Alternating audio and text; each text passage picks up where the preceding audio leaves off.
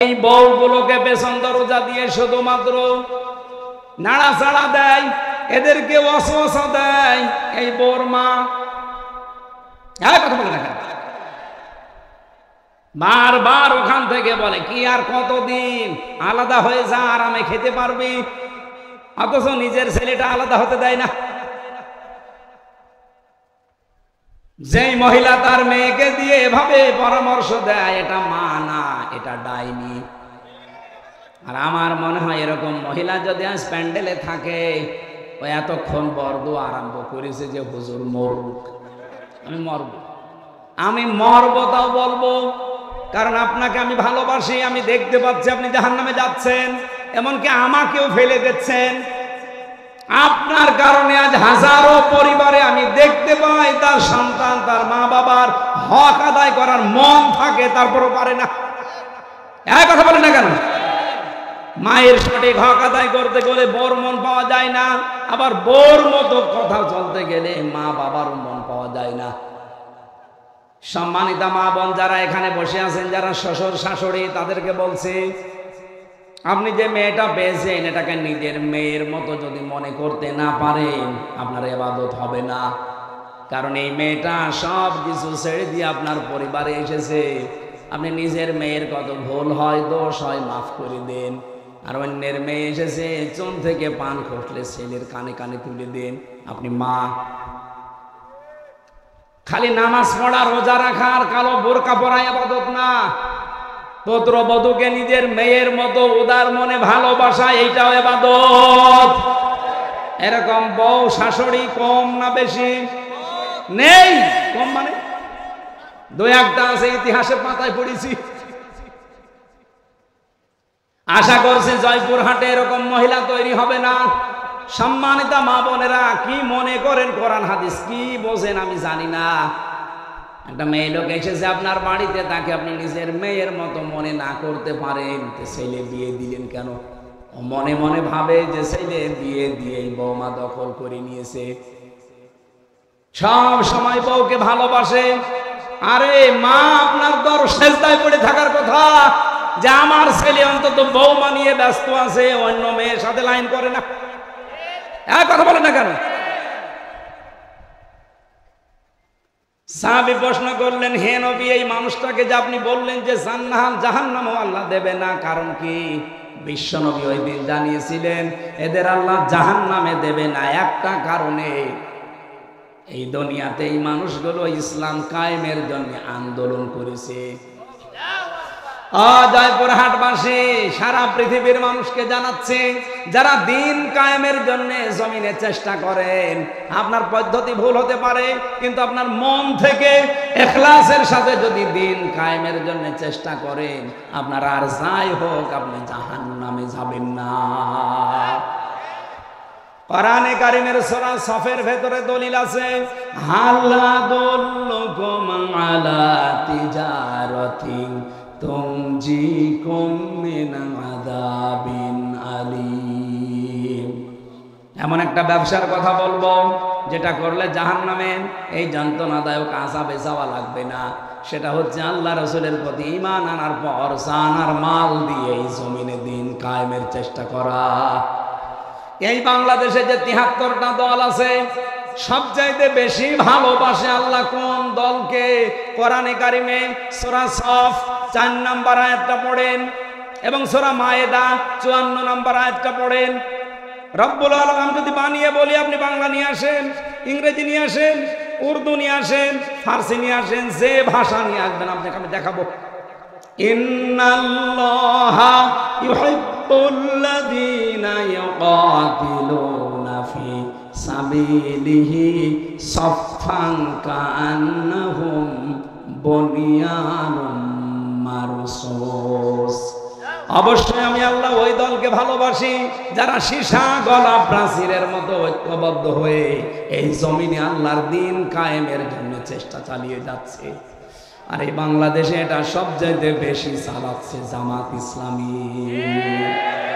যদি প্রমাণ ভুল হয় আপনি এখানে আসেন, আসেন, যদি ভুল হয় আপনি বলেন যে না এদের দ্বারা এটা না, এরা দুনিয়া চায়। কে দুনিয়া চেয়েছে আপনি বলেন?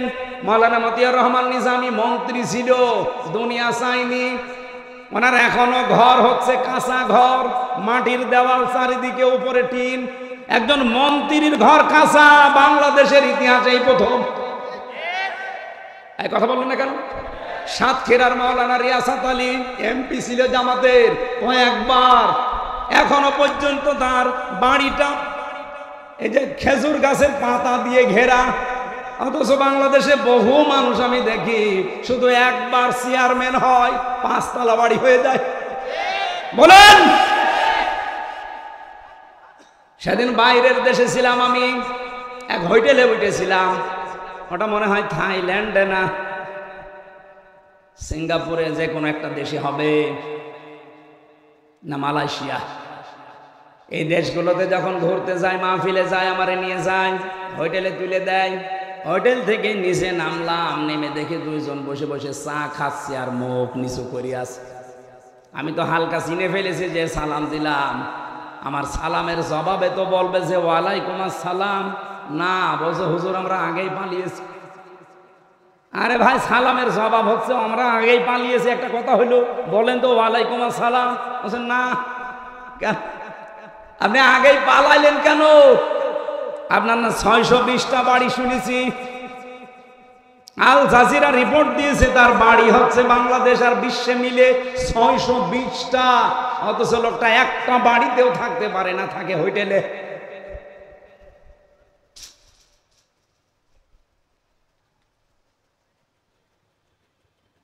অথচ এই মানুষগুলো 620টা বাড়ি বানায়নি, একটা বাড়িও না।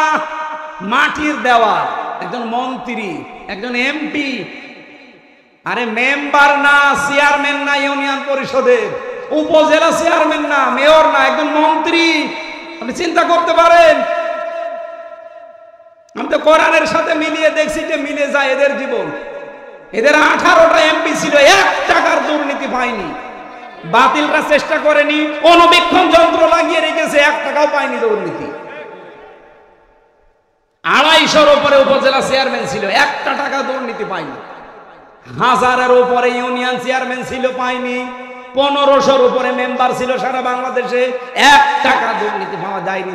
এর চাইতে আবার কি প্রমাণ দেওয়া লাগবে আপনাদের? এর চাইতেও যদি ভালো মানুষ দেখতে চান, আমার মনে হয় আপনাদের ফেরেশতা জিবরাইল ছাড়া সম্ভব না।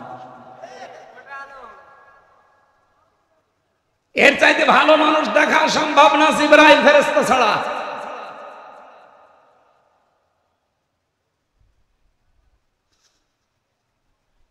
এজন্য গ্যারান্টি দিতে পারি আপনাদেরকে, সীসা গলা প্রাচীরের মতো আজ ঐক্যবদ্ধ হয়ে আল্লাহর এই জমিনটায় 56,000 বর্গ মাইলে দিন কায়েমের জন্য কাঁধে কাঁধ মিলিয়ে চেষ্টা চালিয়ে যাচ্ছে মন থেকে। তার প্রমাণ এই 1 বছর 1 মাস বাংলাদেশ জামাত ইসলামী, ইসলামী ছাত্র শিবির, ইসলামী ছাত্রী সংস্থা। অন্য কেউ যদি পারে তাদের আদর্শ নিয়ে আসুক, টিকবে না। কারণ তাদের আদর্শ হচ্ছে বিড়ি খাওয়া আদর্শ, তাদের আদর্শ হচ্ছে ডাল খাওয়া আদর্শ, তাদের আদর্শ হচ্ছে বাবা খাওয়া, হুক্কা খাওয়া। কি বঙ্গবন্ধু হুক্কা খেত না? কথা বলেন। আপনি হুক্কা খাওয়া আদর্শ নিয়ে এসে, ডাল খাওয়া আদর্শ নিয়ে এসে, রাস্তা চুরি করা আদর্শ নিয়ে এসে এই জামাত ইসলামের সাথে আপনি টক্কর দিতে চান, কিয়ামতের আগেও পারবেন না। কথা বলতে দেন ভাই। বাস্তবতার দিকে তাকিয়ে বলেন তো, এই বাংলাদেশে 56,000 বর্গ মাইল, 630টা থানা, একটা নেতা কর্মী দেখান যে জামাত ইসলামীর যারা ডাইল খায়, বলেন। আমি সারা দেশে ঘুরছি, একটাও পাইনি। এরা ধর্ষণ করেছে, প্রমাণ দিতে পারেন? আরে ভাই, ডাইল খায় না, ধর্ষক নেই, সাদাবাজ নেই, এমনকি বিড়িও খায়। কে বিড়ি খোর আছে? নেই। আর অন্য দলে বিড়ি ঘর না, ও বাপ পর্যন্ত খেয়ে ফেলছে। একবার থানায় গিয়ে দেখি একজনকে ওসি সাহেব পিটাচ্ছে। কি গো? হুজুরে ডাইল খায়। আরে ভাই, ডাইলও খাওয়া যাবে না। বলছে হুজুরে ডাইল, সে ডাইল ফ্যান্সি ডাইল।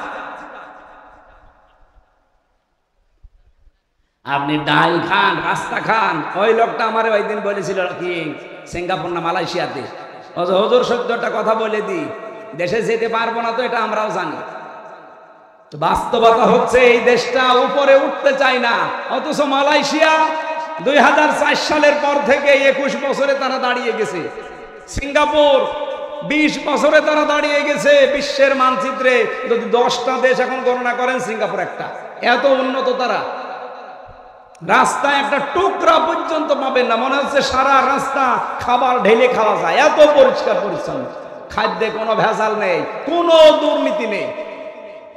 ১০০ টাকা যদি বাজেট হয় রাস্তার জন্য, আপনাকে আমি সত্য কথা বলে দেই, ৩ টাকা শুধু খরচ হয় রাস্তায়, আর ৯৭ টাকা আল্লাহর ওলিরা খেয়ে ফেলে। এই চলছিল দেশে। দেশটা দাঁড়াবে কি করে? বঙ্গবন্ধু টানেল বানিয়েছে চট্টগ্রামে, ১০০ বছর যাওয়ার কথা, অথচ কয় বছরে পানি উঠতেছে নিচ দিয়ে। তাহলে কত টাকা বাজেট ছিল, কত টাকা খেয়েছে বলে? ওর নিজের হিসাব অনুযায়ী ১০০ টাকা বাজেট হলে ৩ টাকা খরচ হয়, ৯৭ টাকা খেয়ে ফেলে। ১০০ টাকা খরচ করে একটা রাস্তা বানালে ১০০ বছর যাওয়ার কথা, ৩ টাকা খরচ করলে ১০০ বছর যাবে? ৩ বছর। আগামীতে ইসলাম আসলে জামাতের আমির বলে নাই যে যা বাজেট হবে জনগণের সামনে সব ওপেন করা লাগবে এমপিদের, তারপরে কাজ শুরু করা লাগবে। আপনি দুর্নীতি করবেন কি করে? সরকারি যে ট্যাক্স ফ্রি গাড়ি আছে, ওই গাড়ি জামাত ইসলামী বাংলাদেশ নেবে না। যে প্লট দেওয়া হয়, ফ্ল্যাট দেওয়া হয়, নেবে না। এর চাইতে গ্যারান্টি বাংলাদেশে কোনো দল দিতে পারলে তাকে ভোট দেন, যান। জীবনও পারবে না। তারা যদি ২০,০০০ টাকা নিয়ে এমপি হয়, ৫ বছর পরে তারা ২০ কোটি টাকার মালিক হবে। আর জামাত ইসলামী যে ৩০০ এমপির নাম ঘোষণা দিয়েছে নমিনি, এরা যদি ১০০ টাকা নিয়ে এমপি হয়, ৫ বছর পরে দেখবেন ৯০ টাকা হয়ে গেছে, ১০১ টাকা হবে না। এই বিশ্বাস, এই আস্থা আমিরে জামাতের আছে, এই জন্যে এদের নাম ঘোষণা দিয়েছে, এমনি দেয়নি। সম্মানিত ভাইরা, এর চাইতে আর বেশি আমি বলতে পারবো না। এরপরেও যদি কারোর বিবেকে খালি ওই দিকে টান হয়, যান, আপনার যা ভালো লাগে আপনি তাই করেন। আপনি আবার ওই মারা খাবেন, কি মারা যেন, ওইটা তো আর বলা যাচ্ছে না, ওইটা আমি বলতে পারবো না, ফজু পাগলার কাছে শুনে। আবার মারা খাবেন, কি মারা, না ওটা বলা যাবে না। আরে তো বগুড়া, জয়পুরহাট, ওরে বাবা খুব ঝামেলা। তাহলে ইসলামী আন্দোলন করলে একটা লাভ, জাহান্নামে যাওয়া লাগবে না। আর যাই হোক, সুতরাং অ্যাক্টিভ হওয়ার জন্য আহ্বান জানাচ্ছি। যারা এখনো দোদুল্যমান অবস্থায় আছেন, ছড়িয়ে ছিটিয়ে আছেন, আসেন অ্যাক্টিভ হন। দিন কায়েমের জন্য ঐক্যবদ্ধ হয়ে চেষ্টা করলে আল্লাহ বেশি ভালো পাবেন। বলেন না কেন? সূরা এইরকম একটা সূরার একটা মাত্র আয়াত, ২৬ নম্বর আয়াত, এটা পোশাক নিয়ে আলোচনা। শয়তানের প্রথম হামলা মানব জাতির উপরে এবং তার পদ্ধতি কি ছিল সেইটা আল্লাহ জানিয়েছে। শয়তানের যত টার্গেট আছে, হামলা আছে, সবচাইতে বড় হামলা শয়তানের পোশাকের উপরে। কিসে? শয়তান চায় যে আদম সন্তান যেন পোশাক না পরে। এটারে বহু আয়োজন শয়তান করেছে। এই যে সুন্দরী প্রতিযোগিতা, যারা এই প্রতিযোগিতায় নাম লেখা, এদের পোশাক আশাক ঠিক আছে? বলেন বলেন। এমনকি সুন্দর সুদর্শন পুরুষ প্রতিযোগিতা হয়েছিল, কি যেন নাম ওর, অ্যাডলফ। ও নাকি সুন্দর, সারা বাংলাদেশের সবচেয়ে সুন্দর সুদর্শন পুরুষ। ওর জানাজা পড়া দেখলাম, শয়তান জানাজা পড়ছে, এদিকে দিকে তাকাচ্ছে।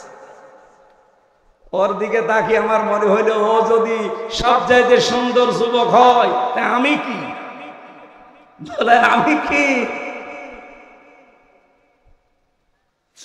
এবার আসেন আল্লাহর ঘোষণা, ইয়া বানি আদম, হে বনি আদম সন্তানেরা, কদ আনজালনা আলাইকুম লিবাসা, অবশ্যই আল্লাহ তোমাদের উপরে নাজিল করেছি পোশাক।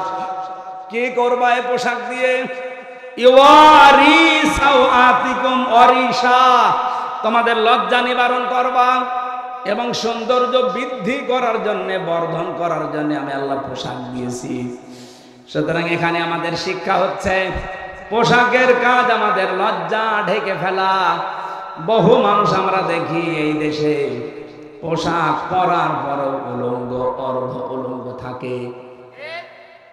এমন এমন পোশাক পরে রাস্তাঘাটে আসে, ও পরাও যা, না পরাও তা। বিশেষ করে মেয়েদের।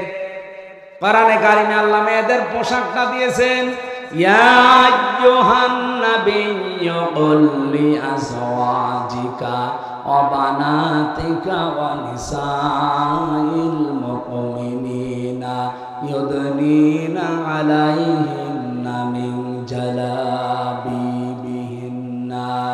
ইলা আখিরি আয়াত। সূরা আহজাবে এসেছে, হে নবী আপনার স্ত্রীদের এবং আপনার মেয়েদের আর মুমিন বান্দা যারা তাদের স্ত্রীদেরকে আপনি বলেন তারা যেন রাস্তাঘাটে চলতে হলে তাদের জেলবাব যেটা মাথার উপরে টেনে দেওয়া লাগে এটা যেন একটু সরিয়ে দেয়।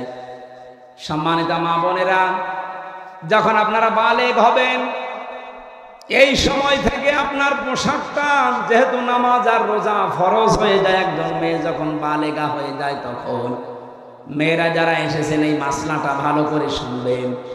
আপনার মেয়ে যখন বালেগা হবে, যখন তার শরীর খারাপ হবে, এটা 12 বছর 13 বছর 14 বছর 15 বছরে হতে পারে, যখন হয় আপনার স্বামীকে টাচ দিয়ে রাখবেন যে তোমার মেয়ের অবস্থা কিন্তু এই, তার মানে যখন শরীর খারাপ হয়ে গেছে ওই দিনের পর থেকে তার নামাজ এবং রোজা ফরজ।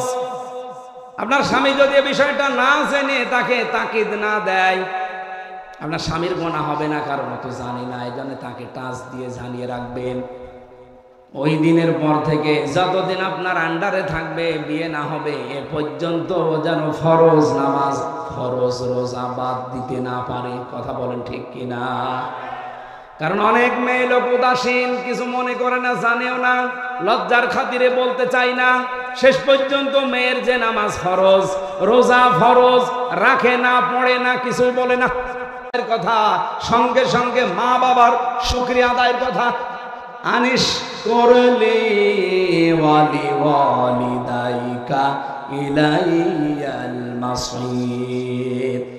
তোমরা আল্লাহর শুকরিয়া আদায় করো আর মা বাবার শুকরিয়া আদায় করো। আল্লাহকে মেনে নিয়েছো কিন্তু মা বাবার শুকরিয়া নেই, তুমি জানো আল্লাহকেও মানো না। বলেন নাউজুবিল্লাহ। নবীজি বললেন ওরা আরাফ নামক প্রাচীরে দাঁড়িয়ে আছে, ওরা জান্নাতে যাচ্ছে না শুধু একটা কারণে, আমি যেটা আবিষ্কার করেছি আর একটু বেশি, দেখেন তো মেলে কিনা। 100 ভাগের প্রায় 98 ভাগ সন্তান আমরা মা বাবাকে হয় আলাদা করে দেই, তাড়িয়ে দেই, বৃদ্ধাশ্রমে রেখে আসি। 3 নাম্বার কারণ হচ্ছে আমার অ্যানালাইসিস, এটা আমাদের বউগুলো। এরপর থেকে আপনার এই মেয়ের জন্য, এই প্রাপ্তা বয়স্কা মেয়ের জন্য এমন একটা ঘোমটা বলেন, জেলবাব বলেন, এমন একটা হিসাব বলেন, এটা ছড়িয়ে দেওয়া দরকার, যেটার দ্বারা তার মাথার চুল, মুখমণ্ডল, চোখ 2টা বাদ দিয়ে পুরা শরীর ঢেকে রাখা, এটা আসিমাত, আর মুখ খোলা, হাতের কবজি খোলা, এটা রুখসাত। আপনি এমন একটা পোশাক তার জন্য আলাদাভাবে বানিয়ে দেবেন, অন্তত বাইরে যাবার সময় ওই পোশাকটা পরলে তার মাথা এমনকি তার শরীরের অর্ধেক পর্যন্ত যেন ঢেকে যায়, বাকি শরীর অন্য পোশাক দিয়ে সে ঢাকবে। এটা কি বলেন তো ফরজ না নফল? ফরজ। এই ফরজটা না থাকার কারণে আজ জেনা বাড়ে, ব্যভিচার বাড়ে, চোখের জেনা, হাতের জেনা, মনের জেনা, এমনকি পরকীয়া প্রেম করে অনেকে 3-4 সন্তানের মা ভাগিয়ে নিয়ে চলে যায়। এই একটা মাত্র কারণ। পর্দা যদি আমরা সত্যি মেনে চলতে পারতাম, আল্লাহর কসম এই দেশে এত ধর্ষণের ঘটনা ঘটতো না। সব চাইতে বড় বিষয় যদি আইন থাকতো, পর্দা যদি না থাকার পরও যদি আইন থাকতো, আইনের প্রয়োগ থাকতো। আমি বাইরের দেশে দেখেছি সেখানে পর্দার বিধান নেই কিন্তু আইন আছে, প্রয়োগ আছে। বিভিন্ন জাতির মানুষেরা মালয়েশিয়া সিঙ্গাপুরে বাস করছে কিন্তু প্রকাশ্যে কোনো ঘটনা আমি দেখিনি। হাফ প্যান্ট পরে মেয়েরা চলে যাচ্ছে সামনে দিয়ে, আপনি যদি এক নজর তাকানোর পরে আর এক নজর তাকান, মেয়েটা যদি পুলিশের কাছে কমপ্লেন করে আপনার খবর আছে। আমাদের দেশে এরকম না।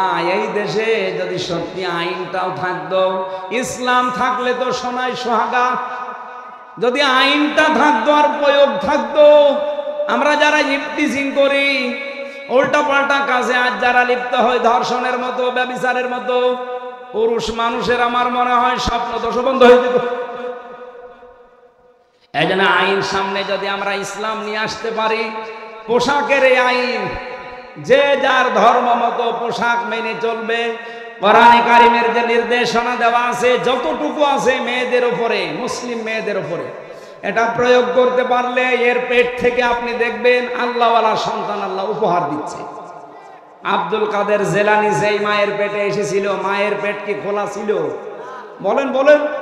যারা দোয়া চান আমার কাছে, যে হুজুর দোয়া করেন ছেলে যেন আব্দুল কাদের জেলানি হয়, এমনি হবে? আব্দুল কাদের জেলানির মায়ের মতো মা তৈরি করেন আগে। রিসা, রিসা মানে সৌন্দর্য বর্ধন করা পোশাক। হ্যাঁ, মেয়েরা এই পোশাক পরতে পারবে, এটা শুধুমাত্র তার স্বামীর জন্য। সম্মানিত মা বোনেরা, সৌন্দর্য বৃদ্ধি হয়, যৌন আকর্ষণ বাড়ে, এরকম পোশাক আপনি পরতে পারবেন আপনার স্বামী, তাছাড়া আপনার বাবার জন্যও পরা যায় না। লিবাসুত তাকওয়া যালিকা খায়র, সবচাইতে বড় পোশাক হচ্ছে তাকওয়ার পোশাক। তাকওয়ার পোশাক কি? আল্লাহর বিধান মানা, নিষেধ ছেড়ে দেওয়া, এটার নাম তাকওয়ার পোশাক। 2 নম্বরে, যেখানে আল্লাহ যে আদেশ দিয়েছে ওই আদেশ সঠিকভাবে পালন করার নাম হচ্ছে তাকওয়ার পোশাক। আপনার স্বামী বাইরে গেছে, আপনার আদেশ হচ্ছে সন্তান, সম্পদ এবং ইজ্জত হেফাজত করে রাখা, এটা আপনার উপরে লেবাস।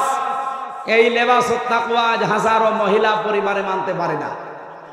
যালিকা খায়র, যালিকা মিন আয়াতিল্লাহ লাআল্লাহুম ইয়াযাক্কারুন। নবীজি বলেন, এই নিদর্শনগুলো আমি আল্লাহ বর্ণনা করলাম কারণ শয়তানের প্রথম হামলাই ছিল মানুষের উপরে, এই লজ্জা স্থানের উপরে। ওই সেই প্রথম দিন থেকে আরম্ভ করেছে। ইয়া বানি আদম লা ইফতিনান্নাকুমুশ শাইতান, হে বানি আদম সন্তানেরা, শয়তান যেন তোমাদেরকে ধোঁকায় ফেলে না দেয়, প্রতারণা না করে তোমাদের সাথে। কামা খরাজা আবাওয়াইকুম মিনাল জান্নাহ, যেমন তোমাদের বাবা মাকে জান্নাত থেকে প্রতারণা করে বের করে দিয়েছিল। শয়তানের কিন্তু এই উদ্দেশ্যটা ছিল না, আমি তাফসিরে পেয়েছি যে আদম আর হাওয়াকে জান্নাত থেকে বের করে দেওয়া লাগবে না। ওর প্রথম উদ্দেশ্য ছিল যে আমি তাদের উলঙ্গ অবস্থায় দেখব। এই জন্য শয়তান হচ্ছে যৌনবাদী আর আমরা হচ্ছে মৌলবাদী। এই কথা বলেন না, আপনি মৌলবাদী পরিচয় দিতে আপনার লজ্জা হয়। মৌল মানে আল্লাহ, মৌল কি? মৌল যেহেতু আমরা আল্লাহকে মেনে চলি, সুতরাং আমরা মৌলবাদী। যারা এই ঘোষণা দেয় যে মৌলবাদীর ঠিকানা এ বাংলায় হবে না, ওই সন্তানরা যারও সন্তান। এই মৌলবাদী না হলে তো আপনার মা বাবার বিয়ে হইতো না, কারণ আল্লাহর নাম ছাড়া বিয়ে দিলে বিয়ে জায়েজ হয়। কাকে মৌলবাদী বলেন? নিজের গায়ে নিজে থুতু ফেলছে। তাহলে শয়তান হচ্ছে যৌনবাদী ও যৌনতা ছড়াতে ভালোবাসে। সুতরাং যে সমস্ত মেয়েরা নিজেদের লজ্জাস্থান সহ গোপন অঙ্গগুলো আরো মানুষকে দেখিয়ে শান্তি পান, আপনি মনে করবেন শয়তান আপনাকে দখল করে ফেলেছে। এখন বাড়ি যান, বাড়িতে যাওয়ার পরে যদি দেখেন আপনার স্ত্রীকে সালাম দিলেন আর আপনার স্ত্রী আপনাকে বলছে ওই শুকুরের বাচ্চা, ভালো লাগবে? আপনার রাগ হবে না? জ্ঞানী মানুষ হলে আপনার রাগ হওয়ার কথা না। আপনি চিন্তা করবেন কি গো, এটা শিক্ষিতা মেয়ে, ধার্মিক মেয়ে, কোনোদিন আজ পর্যন্ত আমার মুখের উপরে মুখ দিলে কথা বলে না, অথচ এখন আমার সালাম দেওয়ার পরে শুকুরের বাচ্চা গালি দেয়। অবশ্যই এর জিনে ধরেছে। কিসে ধরেছে? আপনি যখন দেখবেন যে যৌনতা ছড়াতে আপনার ভালোবাসেন, উলঙ্গ অর্ধউলঙ্গ পোশাক পরতে আপনার ভালো লাগে, আপনি মনে করবেন শয়তান আপনাকে দখল করে ফেলেছে। কারণ শয়তান সব সময় যৌনতা ছড়াতে ভালোবাসে। আল্লাহ আমাদের হেফাজত করুন। মেয়েদের এমন এমন সন্তান আল্লাহ আমাদের উপহার দান করুন। ফাতেমাতুজ জোহরার পেটে যেমন এসেছিল, কথা বলেন না কেন? আল্লাহ আমাদেরকে আয়াতটা বাস্তব জীবনে, এটা শয়তানের প্রথম হামলা, ও মানুষকে উলঙ্গ করতে চায়। আর দেখেন নভেল, নাটক, থিয়েটার, সিনেমা যা বানানো হচ্ছে সব কি করে উলঙ্গ করা যায় এই বুদ্ধি। আর এগুলো আসতেছে আমাদের দাদাদের দেশ থেকে। ওদের সিনেমার ভেতরে কোন শিক্ষা আছে? ওদের নাটকের ভেতরে কোন শিক্ষা আছে? শুধু উলঙ্গপনা ছাড়া। বলেন ওইটা দেখে দেখে আমাদের দেশেও বানানো হচ্ছে। আর যারা সবচাইতে বেশি উলঙ্গপনা ছড়ায় তাদের নাকি দামও এই দেশে বেশি। এখন যেই কয়টা চলচ্চিত্র জগতে কাজ করে, যাদের পোশাক যত ছোট তাদের টাকা তত বেশি। আমরা আগামীতে এই সিস্টেম পাল্টাবো। কথা বলেন না কেন? পর্দা করে যে সব জায়গায় চলা যায় তার বাস্তব প্রমাণ জাহাঙ্গীরনগর বিশ্ববিদ্যালয়। এজিএস যেই মেয়েটা হয়েছে মেঘলা, আয়শা সিদ্দিকা মেঘলা, কে পর্দা নেই তার? আপনি যে বলেন যে না আমি অর্ধ উলঙ্গ না হলে মানুষ তাকায় না, আমার ভোট দেবে না, দেশে পাশ করলো কি করি? এই পরিবেশ তো এখনো জাহিলি যুগে আছি। ইসলাম আসতে দেন, এ বাংলাদেশকে আমরা মিনি জান্নাত বানাবো ইনশাআল্লাহ। এই আহ্বান রাখছি। আর আমার গলা ব্যথা করছে, এই জন্য আমরা শেষ করে দিচ্ছি। আল্লাহুম্মা আমিন। লা ইলাহা ইল্লা আনতা সুবহানাকা ইন্নী কুনতু মিনাজ জালিমিন। রব্বুল আলামিন চাতক পাখির মতো বসে আছে এরা।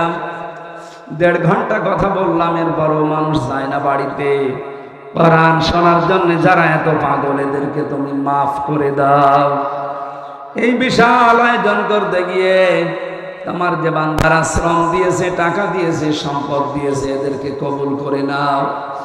আমরা যারা অসুস্থ হয়ে পড়েছি আমাদের শেফায়ে কামেলা আজেলা দান করো। জালেমদের জেলখানায় আমরা 3টা বছর শরীরটা নষ্ট করে ফেলেছে ওরা, আমার কণ্ঠটা নষ্ট করে দিয়েছে।